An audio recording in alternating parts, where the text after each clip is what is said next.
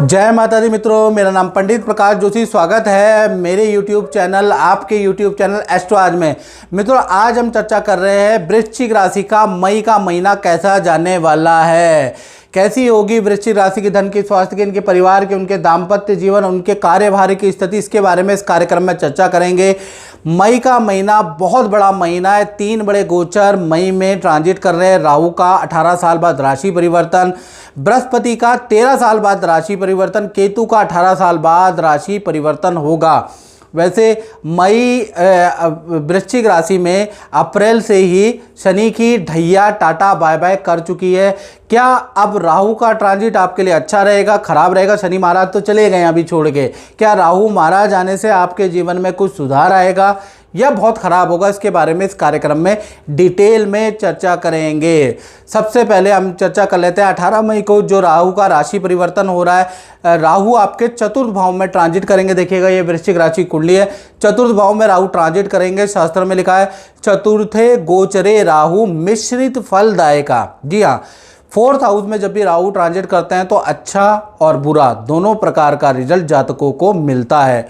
यानी 4th house में 18 मई को ट्रांजिट करेंगे तो आपका सबसे पहला भूमि और वाहन से संबंधित रुका हुआ काम आपका बनाने वाले हैं।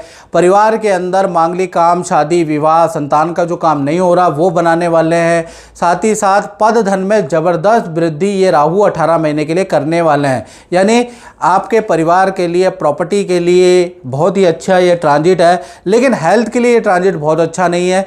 यानी कि चतुर्थ भाव में, चतुर्थ भाव सुख का भाव होता है, यहाँ पे राहु सुख को कम करता है।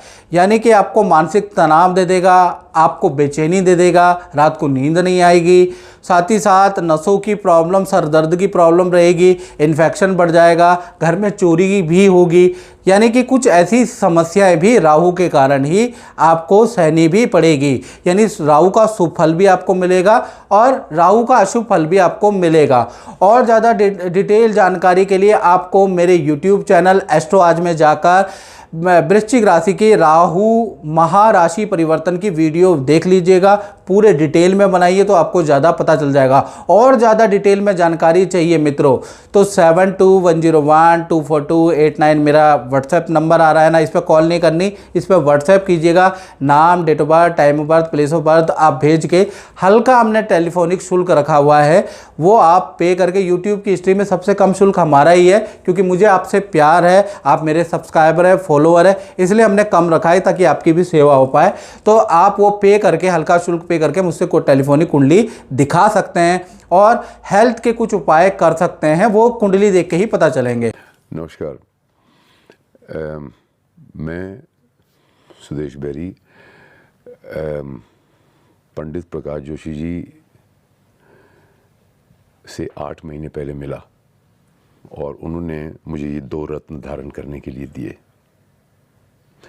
जो मैं आज आप सबसे कहना चाहता हूँ कि इन्होंने वो असर दिखाया जो मैं बिलीव भी नहीं कर सकता था। तो मैं पंडित प्रकाश जोशी जी का बहुत बहुत एहसानमंद हूँ कि जिस चीज़ पर मैं बिलीव नहीं करता था वो आज मैं इस पे पूरी तरह बिलीव करता हूँ। चलिए, अब मई का महीना कैसा रहेगा इसके बारे में चर्चा कर लेते हैं। और मई के महीने में वृश्चिक राशि के साथ 1 नहीं, 5 नहीं, 7 घटनाएं होती हुई नजर आएगी। यानी 7 घटनाओं से भरा हुआ मई का महीना रहेगा। पहली घटना के बारे में जिक्र कर लेते हैं। पहली घटना ये होगी, आपकी राशि के स्वामी मई के अंदर 9वें भाव में बैठे हैं। तो यानी कि 9वां भाव धार्मिक चीज़ों का होता है, भाग्य का होता है। तो कहीं ना कहीं वृश्चिक राशि वालों की खूब तीर्थ यात्राएं कहीं ना कहीं मई में होती हुई नजर आएगी। इस मंदिर से उस मंदिर में आप जाते हुए नजर आएंगे, खूब सारी तीर्थ यात्राएं आप करेंगे। साथ ही साथ हेल्थ के लिए देखा जाए तो एलर्जी की समस्या, स्किन की प्रॉब्लम आपको हो सकती है। बाकी मई का महीना सब कुछ हेल्थ के लिए नॉर्मल है। छोटी मोटी स्किन और एलर्जी की प्रॉब्लम आपको रह सकती है। दूसरी घटना के बारे में बात करें तो वृश्चिक राशि के धन भाव से जुड़ी हुई दूसरी घटना होगी। धन भाव के स्वामी यानी बृहस्पति सप्तम भाव में बैठे 13 मई के बाद अष्टम में गोचर करेंगे, तो 1 तारीख के से लेकर 14 मई तक धन का फ्लो आपका नॉर्मल रहेगा, जैसा है वैसा ही रहेगा। हाँ, LIC FD में कुछ धन खर्च आपका हो सकता है, उसका योग नज़र आ रहा है, लेकिन धन के फ्लो में कोई भी 14 तारीख तक आप कोई ज़्यादा खास परिवर्तन नहीं देखेंगे। 15 तारीख से और 31 मई के बीच में गुरु मिथुन राशि में चले जाएंगे, तो कहीं ना कहीं जैसे ही मिथुन राशि में जाएंगे अचानक ही कोई व्यक्ति आएगा और आपको अच्छा खासा धन लाभ अचानक ही आपको मिलता हुआ नजर आएगा। पैतृक प्रॉपर्टी या गांव की प्रॉपर्टी से आपको कुछ लाभ होगा। अचानक ही आपकी क्रय विक्रय से आपको लाभ होगा, यानी आपकी प्रॉपर्टी के खरीदार मिल जाएंगे, अचानक ही आपको बयाना देके जाएंगे, उसके योग नज़र आ रहा है। सोना चांदी शेयर से भी आपको लाभ होगा, यानी बृहस्पति का जैसे ही ट्रांजिट मिथुन राशि में आपके अष्टम भाव में होगा, आपके लिए तो माला माल वाली स्थिति रहने वाली है, यानी धन का फ्लो 15 तारीख के बाद बहुत अच्छा है। तीसरी घटना के बारे में बात करें तो तीसरी घटना का संबंध आपके परिवार भाव से। परिवार भाव के स्वामी यानी शनि बैठते हैं। शनि इस समय पे 4 ग्रहों के साथ हैं, राहु शनि शुक्र बुध, ये चारों ग्रह एक साथ युति मार के बैठे हैं, यानी कि परिवार भाव के स्वामी पिशाच योग में बैठे हुए हैं।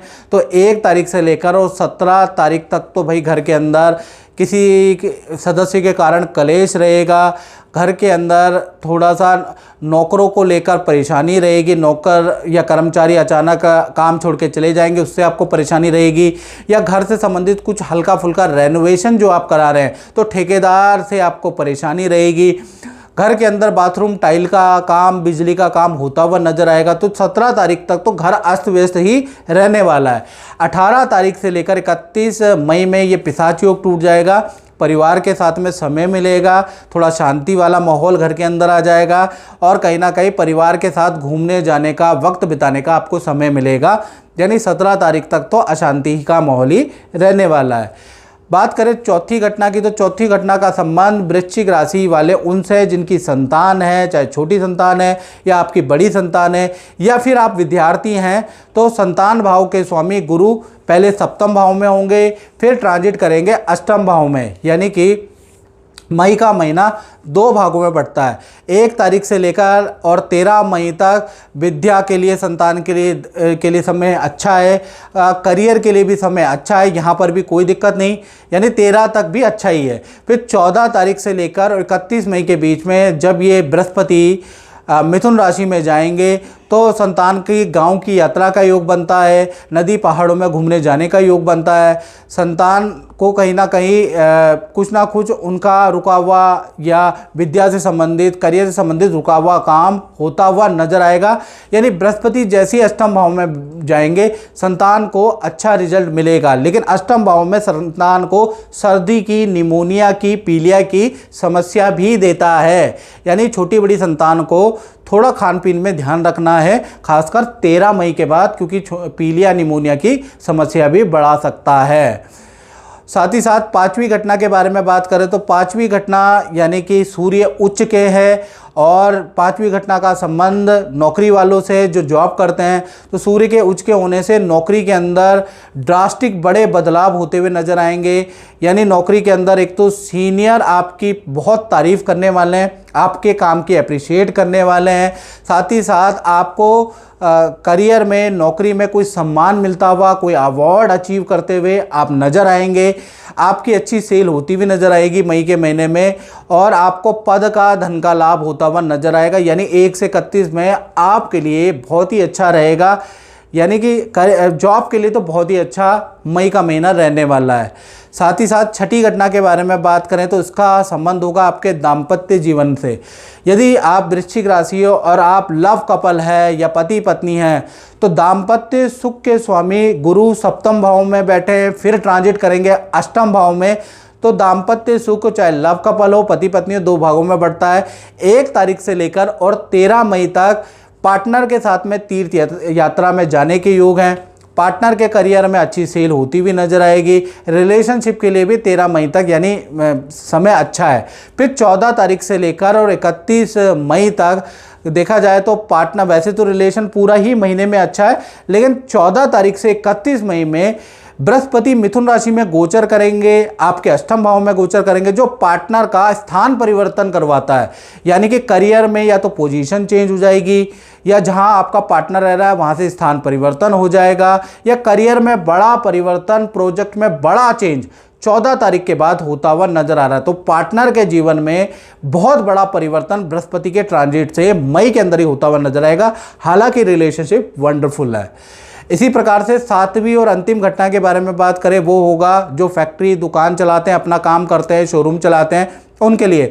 तो उनके लिए मई का महीना कैसे जाएगा चलिए जानते हैं। तो यहाँ पर सूर्य देव, क्योंकि व्यापार के स्वामी सूर्य हैं, सूर्य मेष राशि में बैठे हैं, उच्च राशि में बैठे हैं, तो कहीं ना कहीं मई का महीना सारी व्यापार से संबंधित परेशानियों को जड़ से काटने वाला रहेगा। पहला तो जो सरकारी जीएसटी, इनकम टैक्स, सरकारी जो बाधाएं चल रही हैं वो दूर होता हुआ नजर आएगा, उसका हल मिलता हुआ मई में नजर आएगा। दूसरा, सरकारी कोई कॉन्ट्रैक्ट आपको मिल सकता है, सरकारी कोई डील आपको मई के महीने में मिल सकती है, और साथ ही साथ अच्छी सेल होती हुई नजर आएगी। यानी पूरा 1 से 31 महीना एक तो समस्याओं का हल लाने वाला होगा, समस्याओं का समाधान आपको मिलेगा, अच्छी सेल होती हुई नजर आएगी, अच्छा कॉन्ट्रैक्ट रिन्यू होता हुआ नजर आएगा। तो व्यापारी दुकानदारों के लिए तो मई का महीना यादगार रहेगा। पहला तो सरकारी कष्ट, वाद विवाद, जो भी आपके जुडिशियल में केस पड़े हुए हैं काम से संबंधित, वो सब सॉल्व होते हुए नजर आएंगे। तो व्यापारियों के लिए ये जो मई का महीना बहुत लाभकारी रहने वाला है। मित्रों, इस कार्यक्रम में इतना ही। मुझे दीजिए इजाजत। जय माता दी।